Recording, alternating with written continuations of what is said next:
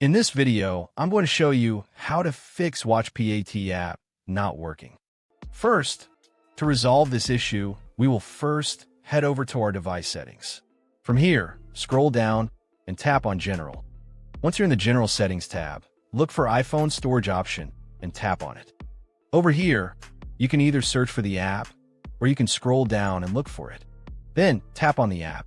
On the next screen, you need to tap on the Offload app option. A confirmation pop-up will come up. Now tap on the Offload app option here. It'll take a bit for processing, and then a reinstall button will show up. Simply tap on it to reinstall the app. This should resolve the issue, but if it doesn't, then you need to check if the app is running an older version. Head over to App Store. From here, double tap on this search icon in the bottom right corner, and then search for the app.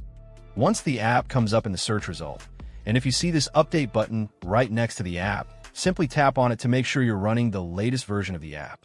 However, if you continue to encounter this issue, then you will need to completely reinstall the app, which usually resolves the problem.